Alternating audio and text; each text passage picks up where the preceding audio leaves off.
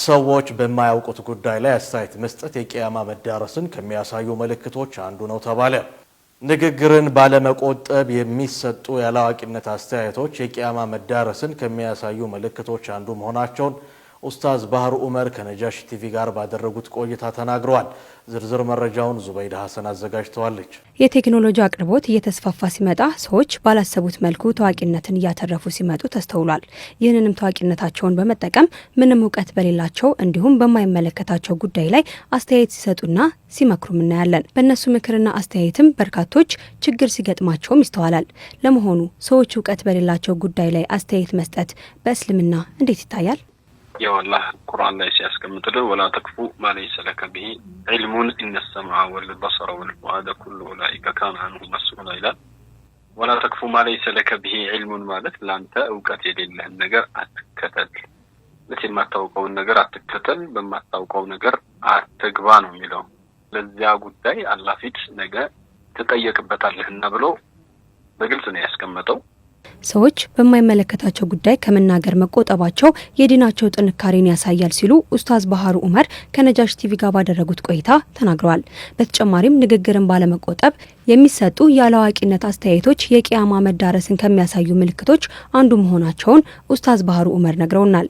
ይህንንም በመገንዘብ ሰዎች በማያውቁትና በማይመለከታቸው ጉዳይ ላይ አስተያየት ከመስጠት ሊቆጠቡ ይገባልም ብለዋል። አንድ ሰው በማያውቀው ጉዳይ ገብቶ አስተያየት እንዲሰጥም የማያውቀውን ነገር እንዲናገር ሸሪዓው አይፈቅድም። ይሄ ሶሻል ሚዲያ ላይ ብቻ ሳይሆን በአጠቃላይ በማንኛውም ጉዳይ ላይ ኢን ሁስኒ ኢስላሚል መርኢ ተርኩሁ ማ ላ ያኒሂ ነው ያሉት ነብዩ ሰለላሁ ዐለይሂ ወሰለም። አንድ ሰው እስልምናው ማማሩ መግለጫው አንዱ ምንድነው? የማይመለከተው ነገር ውስጥ አለመግባት ነው ተብሏል። ሁሉም ነገር ባለቤት አለው። ስለ ቤት ግንባታ ከሆነ መሐንዲስ ሊሆን ይችላል፣ ከህክምና ጋር የተያያዘ ከሆነ የህክምና ባለሙያ ሊሆን ይችላል፣ ሃይማኖታዊ ጉዳዮች ከሆኑ ደግሞ የሃይማኖት ጠበብቶች ሊቃውንቶች ይሆናሉ። በአጠቃላይ ስለ ፖለቲካም ፖለቲከኞች ሊሆኑ ይችላሉ በዛ ጉዳይ ላይና አንድ ሰው እኔ የቱ ጋር ነው ያለሁትና ምንድን ነው የሚመለከተኝ የሚለውን ነገር በአግባቡ ራሱ ቆም ብሎ አስቦ ነው። ልክ ዑመር አብዱል አዚዝ እንዳሉት አንድ ሰው ማንነቱን በትክክል አውቆ የኔ ቦታ የቱ ጋር ነው፣ እኔ እስከምን ድረስ ነው በዚህ ጉዳይ ላይ መግባት የሚችለው ብሎ በማንኛውም ጉዳይ ነው። ይሄ አሁን እንደ ሶሻል ሚዲያም ብቻ አይደለም፣ በአጠቃላይ ለሁሉ ነገር ባለቤት እንዳለው ኢስላም ያስተምራል። ለምሳሌ አንደኛው ሱሐባ ነብዩ ሰለላሁ ዐለይሂ ወሰለም ጋር መጥቶ ቂያማ መቼ ነው የሚቆመው አላቸው። አማና ሲጠፋ ቂያማን ጠብቅ፣ ትንሳኤን ጠብቅ አሉት። ምንድነው ምልክቷ የአማና መጥፊያ ብሎ ሲጠይቃቸው ነገሮች ከባለቤታቸው ውጪ ላሉ አካሎች ተላልፈው ሲሰጡ ነው።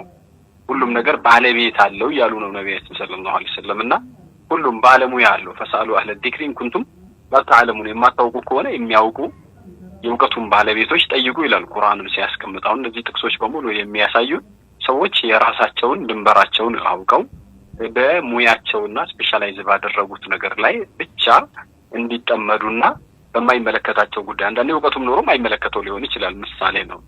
በአጠቃላይ ይመለከተኛል ወይስ አይመለከተኝም የሚለውን ቆም ብሎ ማስተዋል ይገባል። ቴክኖሎጂ ያመጣውን ታዋቂነት በመጠቀም ሆነ አጋጣሚውን በማግኘት ብቻ የሚሰጡ አስተያየቶች በርካታ ጥሩ ያልሆኑ ውጤቶችን እንደሚያመጡ በማሰብ ኃላፊነት ሊወሰድ እንደሚገባ ኡስማን ባህሩ ዑመር ተናግረዋል። ተከታዮቻቸውም የሰሙትን አስተያየትና ምክር በመተግበር ላልተገባ ነገር እንዳይዳረጉ ጥንቃቄ ያስፈልጋልም ተብሏል። እንዲሁም ጉዳዩን ከባለቤቱ መጠየቅ ተገቢ መሆኑም ነው የተነገረው። ይህ ጉዳይ የውመል ቂያማ ምልክት እንደመሆኑም የሙስሊሙ ኡማ ትኩረት ሊሰጠው እንደሚገባም ተነግሯል። ቂያማ መዳረሻ ላይ ነብያችን ሰለላሁ ዐለይሂ ወሰለም እንዳሉት አንድ ሮይ ቪዲዮዎች ይመጣሉ። ሮይ ቪዲዮ ማለት ብሎ የሚዘላብዱ ሰዎችና በአጠቃላይ ሰፊውን ማህበረሰብ በሚመለከት ጉዳይ ላይ ኮሜንት የሚሰጡ ፈትዋ የሚሰጡ እንዲህ አይነት ሰዎች ይመጣሉ። እና አማመ ደጃል ሲኒን ኸዳዓቱን ከደጃል መምጣት በፊት በጣም ግራ የሚያጋቡ ዘመኖች አሉ።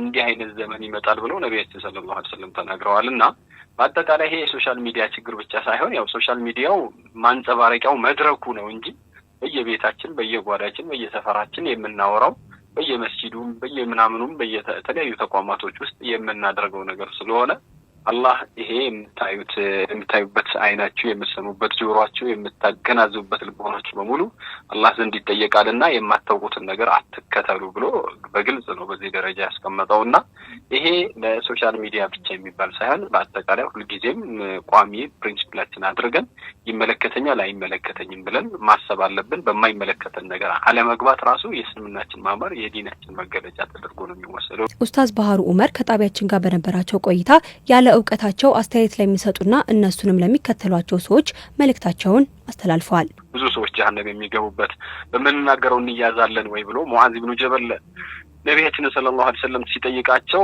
ሰዎች በአፍጢማቸው ጀሃነም ላይ የሚደፉት በምላሳቸው እንጂ በሌላ መሰለህን ብለዋልና አንደበታችንን መሰብሰብ በተለይም በማናቀው በፈትዋ ጉዳይም ይሁን በተለያዩ ሃይማኖታዊ ጉዳዮችም ይሁኑ ማህበራዊ ጉዳዮችም ይሁኑ በማንኛውም ነገር ላይ አንዳንድ ጊዜ ይሄ የምንናገረው ነገር ለዱንያችን ለአኺራችን ይበጃል ወይስ አይበጅም ብለን ቆም ብለን ማሰብ አለብን። ምክንያቱም ነቢያችን ሰለላሁ ዐለይሂ ወሰለም አንድ ሰው አንድ ንግግር ይናገራል። ያን ንግግር የሚያመጣውን ነገር የሚያስከትለው መዘዝ ያስብ ይናገርና ከፀሐይ መግቢያ እስከ ፀሐይ መውጫ ድረስ ጥልቀት ያለው የጀሃነም ጉድጓድ ላይ ይወራወራል ብለው እስከዚህ ድረስ ነው ነቢያችን ሰለላሁ ዐለይሂ ወሰለም ያስጠነቀቁን።